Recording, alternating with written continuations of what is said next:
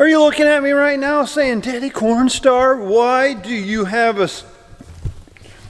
Speaking of that, get on the merch. You guys could have a very comfortable shirt like this too. We got a lot of different merch to choose from. This morning is a little bit brisky out there. Not bad. It's around 6:30 a.m. My body's not quite awake. See? I can't even talk straight. My body's not quite awake yet, but right now it's about 56 degrees. Carrying the battery chargers out and stuff. I think our little marine battery on the MixMate stuff is maybe needing to be replaced. Maybe it needs to be a bigger battery. I don't know. But last night I was running a couple 3 pumps because a few things we have to put in to the pour system on here, and some stuff is pumping through on their own. But when I kicked everything in, all this jumble mess, I think it twitched and then shut the computer down just for a half a second, and then I was having some issues mixing, so we got that figured out. Talking a little bit of wind maybe this afternoon, so we're gonna try to go out and spray early this morning, get things done, and then go dig a grave this afternoon. If we can do that in the wind, and we can't spray in the wind. Checking my pocket, seeing what I got in there that don't need to be in there. Some papers. What I'm actually looking for is another battery for the camera. Oh, there's my sweatshirt. I was looking for my sweatshirt, my other one this morning. Okay, now the big topic of the day is, making sure we know where our wallets are, our checkbooks, women, your purses, things like that at all times. Had a little scare yesterday. My mother called, and I guess she went to a gas station, got some gas, and she had her little wallet. And then she went, got a car wash, and when she got home later, she's like, "Where's my wallet? Where's my wallet?" And with any of us, you kind of like panic a little bit. Anyhow, long story short, my mom did find her wallet a little later in the house. She set it down and she did find it, but you know, it's kind of a scary moment. And some people carry a lot of stuff in their wallet, a lot of money, a lot of different things you do not want to lose out there. And then a lot of women carry a lot of stuff in their purses. But nowadays, I don't think people carry the stuff that they used to, just with the times being changed and everything. So just want everybody to try to remember where you put this stuff. All right, you nice heavy duty Marine. Oh, why is it some of this stuff has to weigh what seems like 1,000 pounds and it's only 190 pounds? I don't think this battery weighs 190 pounds, but it sure feels like it this early in the morning. Kind of interesting out here, this early brightness. The birds are out here chirping, and I've seen some squirrels running around. Speaking of squirrels, I was going down the gravel road the other day, probably going maybe between 30 to 35 miles per hour. 2 squirrels run right out in the road, and I'm like, oh no, I don't want to hit them little buggers. They're kind of cute to watch. And I went right over them, and I thought, oh no. I splattered the gravel with red sauce. Looked in my rearview mirror, and they're both standing up on their back feet, looking up like, whoa, that was a close call. And I was glad it was that too, because like I said, I didn't want to put sauce all over the road. One thing that's always really important when you're working around chemicals, to have good protective gloves. You know, some of that stuff, you just don't know what it will do to your fingers or hands. Big thing is you just don't want to get it where it soaks in and it goes in your bloodstream. So we wear the bright protected gloves. And I actually got these from an outfit that specializes in equipment for the farm safetyness. I'll put the old ground over here. Why won't you make it? We're gonna try that. We'll see if it works. Whoa.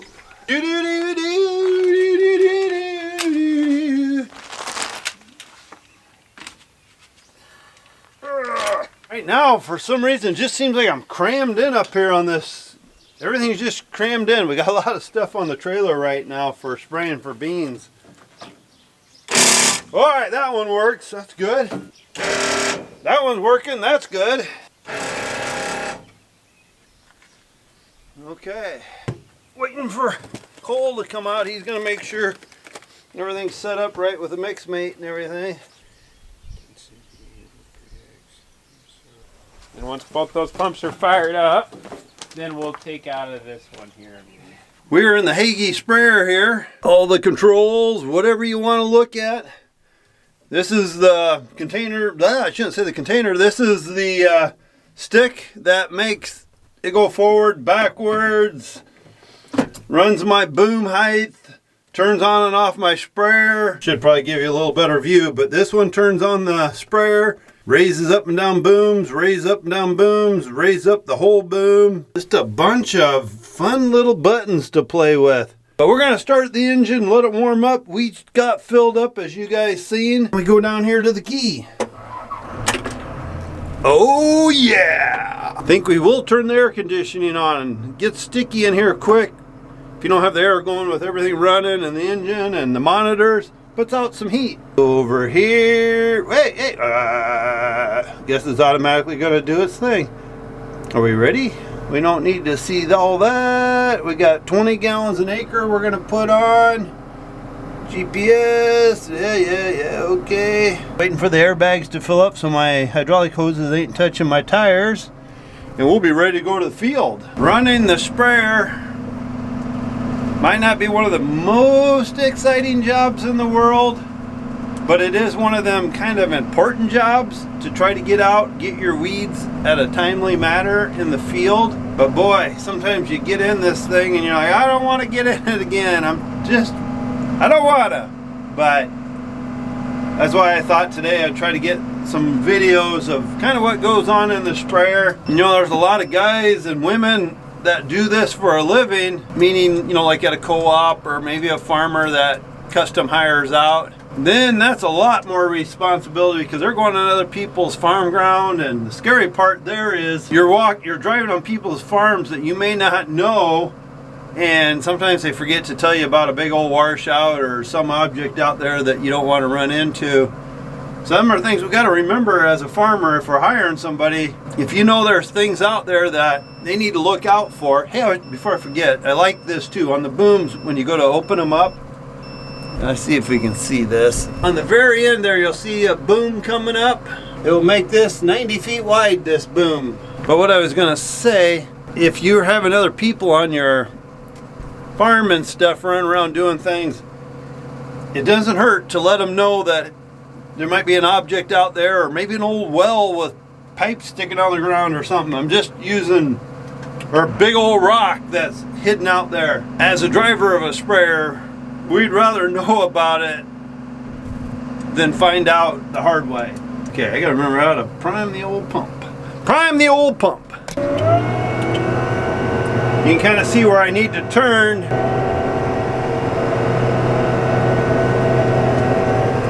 I don't know if you guys can see that out there in them corn stalks is a rock, a fairly good sized rock.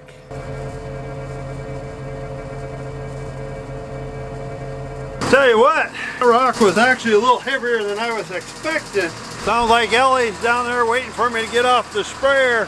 I'm going to show you one nice feature that's nice when you start this machine up and you take the emergency brake off.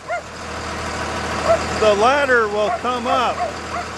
That way nobody can just come up behind you, get on the machine without you waving them up. It's a big safety reason. It's probably 10 feet up. Hey, we're talking. Ellie's excited to see me. She hasn't seen me yet today. But we're gonna take the trailer over to Cole's now. We need to get more water. We just ran out. My sprayer, the one I'm running, just ran out of product. And I think the wind is gonna start coming up here pretty soon. That means it's a good time to quit. I see little Ellie's looking out of the window up at the house like, where are you going? I want to go with you, but let's head over to Cole's and load up with water. Well, now you know what holds our doors in the big machine shed over here at Cole's place. Straps to the little Oliver tractor. If I don't strap the doors down, pull them in, they sit there and whip really bad in the wind, and I just don't want to lose these doors.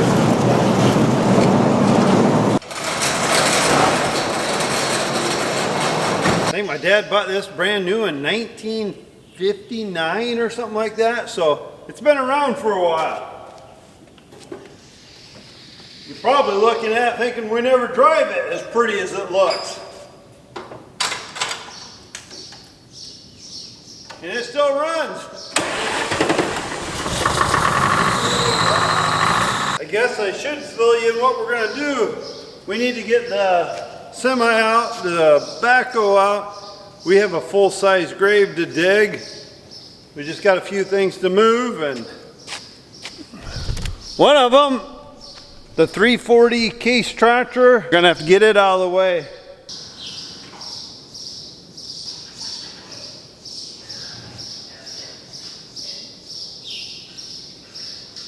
Can you bring the jumper pack? 340 doesn't want to do nothing.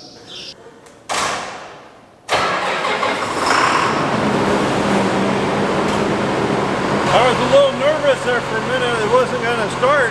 I called Cooper and he said in a blue moon you just got to sit there and keep hitting the key.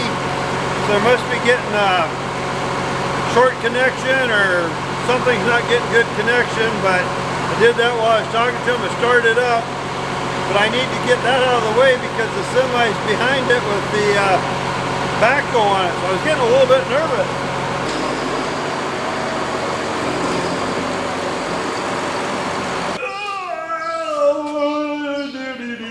I wonder if sometimes if we groan, just that way if something hurts while you're doing it, you already started groaning. See, I do it before you even open the door. Well, let's hope she starts.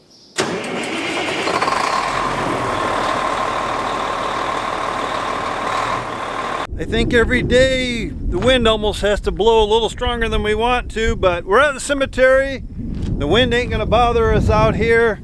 So let's get things unloaded and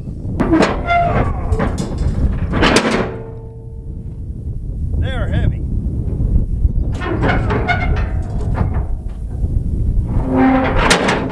Always afraid they're gonna hit me someday.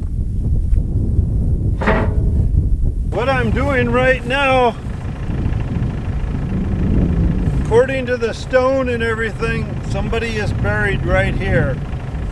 Well, then there's going to be a lady buried.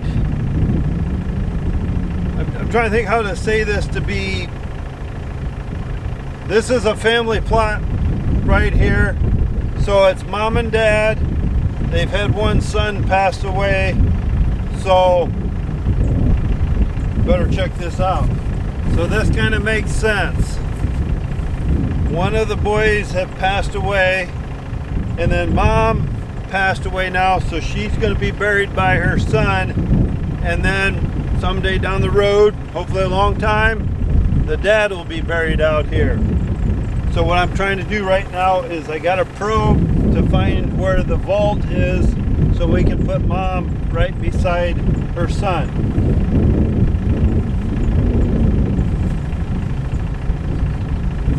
So we'll just go beside. We want to rub the other vault.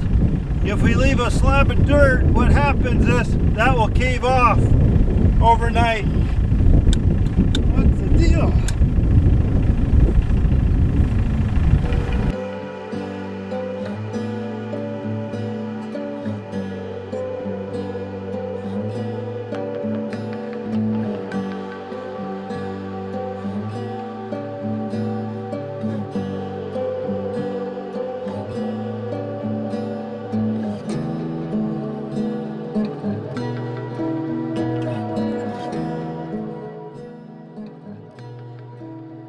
Getting some water in the bottom of the grave, maybe 4 inches. I don't think it'll get much deeper than that. But this is the kind, since we've been getting heavy rains lately, we worry about sides caving in. This is where they get a little heavy sometimes. I need to see if Cooper can make some lighter ones.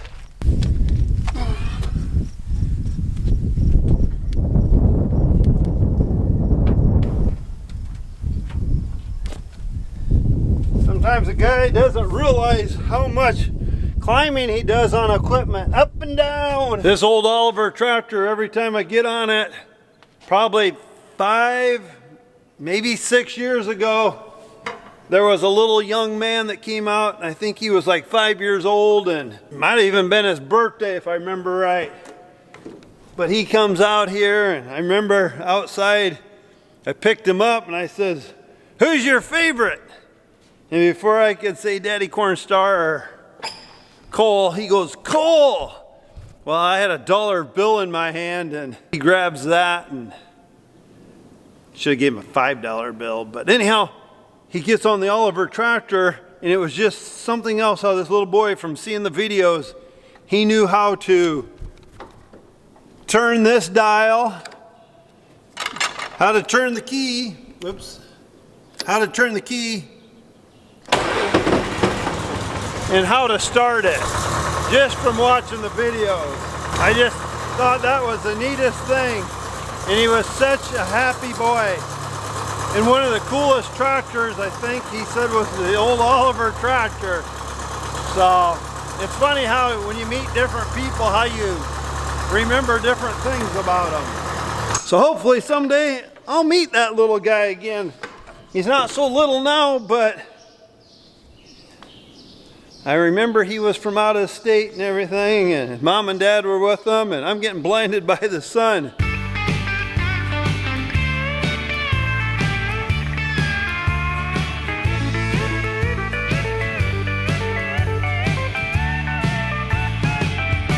So pour me some Jim Beam, make it strong and tall.